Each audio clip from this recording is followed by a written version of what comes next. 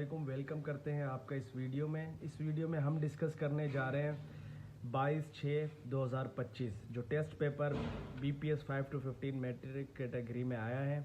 आज ही ये पेपर हुआ है और आज इसका मैथ का जो पोर्शन है वो सॉल्व करने जा रहे हैं। मैथ के भी वो MCQs जो कल भी रिपीट हुए और आज भी उनसे मिलते जुलते हैं, सिर्फ वैल्यूज़ चेंज थी और वो MCQ आज रिपीट हुए हैं। न सिर्फ ये MCQs बल्कि आगे भी MCQs मौजूद हैं जो वर्ड प्रॉब्लम वाले हैं। तो आइए डिस्कस करते हैं इनको। और जो हमारे चैनल को फॉलो कर रहा है उसको अंदाज़ा होगा कि वही टॉपिक्स और उन्हीं MCQs में से सवालात आ रहे जो हमने डिस्कस किए। तो इस वजह से आप हमारा फेसबुक पेज फैज़ी शेख को फॉलो कर लें और इस पर जो टेस्ट पेपर है वो भी सॉल्व किए जा रहे हैं। इंग्लिश का पोर्शन, जनरल नॉलेज का पोर्शन, मैथ का portion. First MCQ, which number is exactly divisible by 4। अच्छा, इसमें एक ट्रिक है कि कल जो पेपर हुआ था उसमें आया था which number is exactly divisible by 5। तो आइए इसकी ट्रिक समझ लेते हैं। अगर यहाँ पर 2 होता, एग्जैक्टली बाय 2, डिविजिबल बाय 2, तो इसके लिए क्या है कि जो लास्ट उसका जो डिजिट होगा, लास्ट डिजिट होगा वो होगा इवन।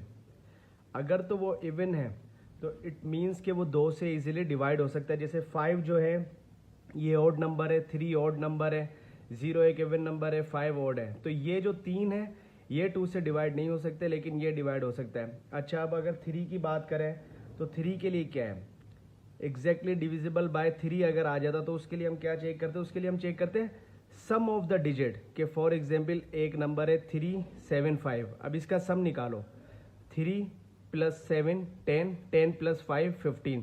तो 15 3 के टेबल में आता है तो ये नंबर जो है डिविजिबल बाय 3 होगा। ऐसे ही अगर आता 75 तो 7 + 5 कितना हुआ 12, और 12 भी 3 के टेबल में आता है तो ये भी डिविजिबल बाय 3 होगा। अब 4 की बात करते हैं जो इसमें भी सवाल मौजूद है। तो 4 में क्या करना है आपको, लास्ट के जो 2 डिजिट है कि 4 2 8, लास्ट के 2 डिजिट आपको चेक करने कि वो जो है 4 से डिवाइड होते हैं या नहीं। तो आपको यहाँ देखना है कि भाई 4 के टेबल में 28 आता है या नहीं, तो बिल्कुल आता है 28, तो ये डिविजिबल बाय 4 होगा। और इसी तरीके से 411 होता तो जो 11 है वो 4 के टेबल में नहीं आता, तो ये जो नंबर है ये भी डिविजिबल बाय 4 नहीं होता। अगर वो पूछे कि एग्जैक्टली जो कल सवाल था एग्जैक्टली डिविजिबल बाय 5, तो 5 के लिए क्या शर्त है कि जो उसका लास्ट डिजिट है या तो 0 हो या फिर वो हो 5। अगर 0 होगा और 5 होगा तो वो डिविजिबल बाय 5 होगा ही होगा। जैसे ये वाला, ये 5 से डिवाइड कर सकते हैं, इसको हम 5 से डिवाइड कर सकते हैं, इसको 5 से डिवाइड कर सकते हैं, इसको नहीं कर सकते। आइए अब आते हैं सवाल पे। तो डिविजिबल बाय 4 की क्या थी कि उसके जो लास्ट डिजिट है 2 वो 4 के टेबल से डिवाइड हो जाए। तो लास्ट इसके डिजिट 0 0 तो कोई डिजिट नहीं है, तो इसके जो लास्ट डिजिट ये वाले बनेंगे। तो देखते हैं 24 के टेबल में आता है, तो जी बिल्कुल 24 के टेबल में आता है, तो इसका जो राइट ऑप्शन है वो ये होगा।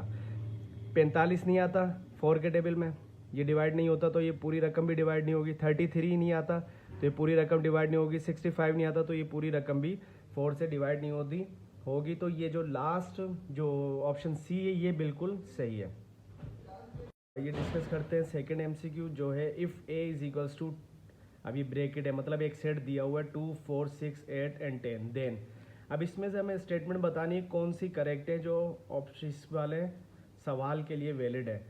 तो A जो सेट है वो बराबर है, उसमें कौन कौन से एलिमेंट है 2 4 6 8 और 10। अब ये कह रहा है कि 4 is an element of A, 4 is not an element of A।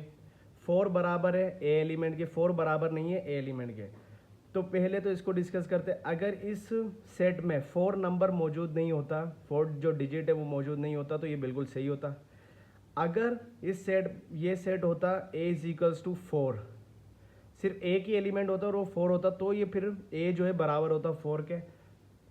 और इसमें कह रहे हैं 4 is not an element of A, कि जो 4 है वो एलिमेंट नहीं है इसका, तो ये बिल्कुल गलत है कि 4 तो एलिमेंट है। तो ऑप्शन नंबर A देखिए, 4 is an element of A, ये ऑप्शन बिल्कुल करेक्ट है कि जो 4 है वो A का एक एलिमेंट है। तो ऑप्शन नंबर A सही है। अब ये है Z जो शो करता है वो करता है इंटीजर्स को। अब ये कह रहे हैं what is true about integers के बारे में क्या बात सही है। तो इसमें जो है कि इसमें all positives positive and negative numbers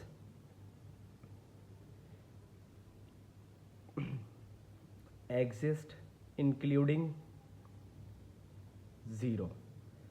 तो ज़ीरो को भी इंक्लूड करते हैं इसमें, और ऑल पॉजिटिव और नेगेटिव नंबर इसमें आ जाते हैं, तो ये इंटीजर बनता है। ये एक डेफिनेशन आ सकती है जो आप देखकर सही कर सकते हैं। If C is equals to, अब सी का जो सेट है उसके एलिमेंट है A B C D E F, और डी के जो एलिमेंट है वो है 2 4 8 और 10, देन सी इंटरसेक्शन डी। अच्छा, ये जो है ना ये होता है इंटरसेक्शन, ऐसा सवाल कल भी आया, तो ये होता है यूनियन।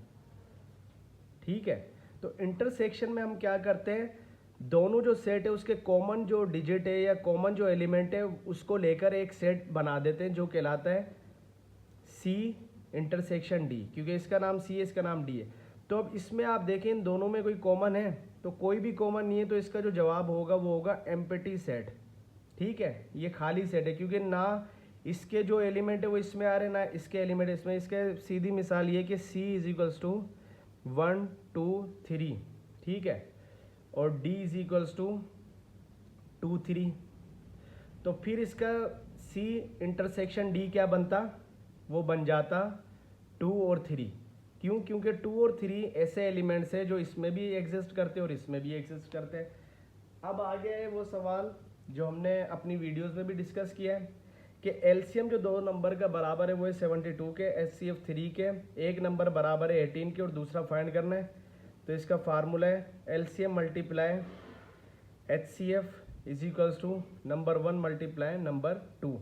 तो एलसीएम गिवन है 72, एचसीएफ गिवन है 3, नंबर 1 जो बराबर है वो है 18 के और नंबर 2 फाइंड करना है। तो नंबर 2 बराबर हो जाएगा 72 मल्टीप्लाई 3 डिवाइडेड बाय 18, ये 3 × 3 और 3 के टेबल में ये आ जाता है 6 मरतबा।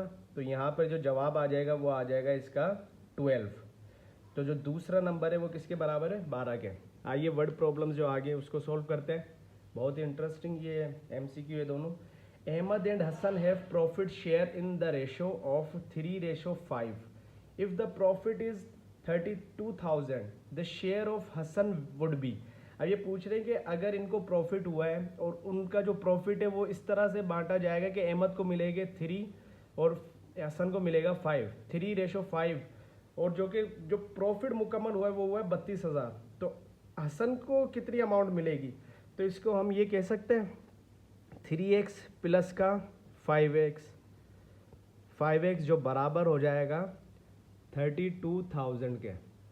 कैसे ये कहा कि ये जो प्रॉफिट है अहमद का और हसन का जो प्रॉफिट है ये दोनों अगर हम मिला लेंगे तो 32,000 बनेगा, कि इसी में से हमें इसको भी देना इसको भी देना। तो अगर उनके दोनों के प्रॉफिट जमा कर दे तो जवाब तो यही आना चाहिए ना।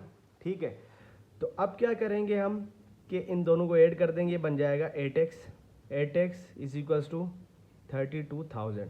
अब x की वैल्यू फाइंड करने के लिए इसको 32 के नीचे डिवाइड कर देंगे और इसका जो जवाब आ जाएगा वो आ जाएगा 4000। ठीक है, x की वैल्यू कितनी आ गई, 4000। अब हमें किसका फाइंड करना है, हसन को देना है। तो हसन का जो था रेशो वो था 5x, तो इसमें अगर हम पुट करें 5 मल्टीप्लाई 4000 तो ये बराबर आ जाएगा 20,000 के। और अगर हम प्रूफ करना चाहें तो आप अहमद वाले में भी पुट कर दो, अहमद वाले में पुट करेंगे तो जवाब आ जाएगा 12,000। और अगर इन दोनों को आप ऐड कर दो 20,000 प्लस का 12,000 तो ये बन जाएगा फिर 32,000, जो कि इनका दोनों का मिलाकर क्या था, प्रॉफिट था। अच्छा, अब एक और एमसीक्यू आ गया है जो कि इसके बाद है वर्ड प्रॉब्लम का, कि सना ने एक ड्रेस लिया, जो लिया है उसने 30% डिस्काउंट पे, और उसको ये ड्रेस पड़ा है 6,300 का। The mark price of the dress would be. तो ये पूछ रहे हैं कि जो उनकी कंप्लीट जो प्राइस थी वो कितनी थी, मतलब कि 100% कॉस्ट हमें फाइंड करनी है। तो ये 70% निकलेगा। किस तरह से निकाला है, 100% में से अगर आप माइनस करते 30% जो उसको डिस्काउंट मिला, तो 70% की रकम तो उसने पे कर दी, जो किसके बराबर है 6300 के। अब इस परसेंट को अगर हम 100 से डिवाइड करें तो ये निकल जाएगा 0.7 इज इक्वल्स टू 63। यहाँ पे इसके नीचे अगर हम इसको डिवाइड कर दें 63, 100 के नीचे इसको डिवाइड कर दिया तो जवाब आ गया 9000। तो जो उस ड्रेस की जो प्राइस थी वो 9000 थी। ऐसी मज़ीद वीडियोस देखने के लिए हमारे फेसबुक पेज फैज़ी शेख को आप क्या कर लें, फॉलो कर लें, जिसमें ये सारे जो भी टेस्ट पेपर्स हैं वो सोल्व करवाए जा रहे हैं। बहुत शुक्रिया।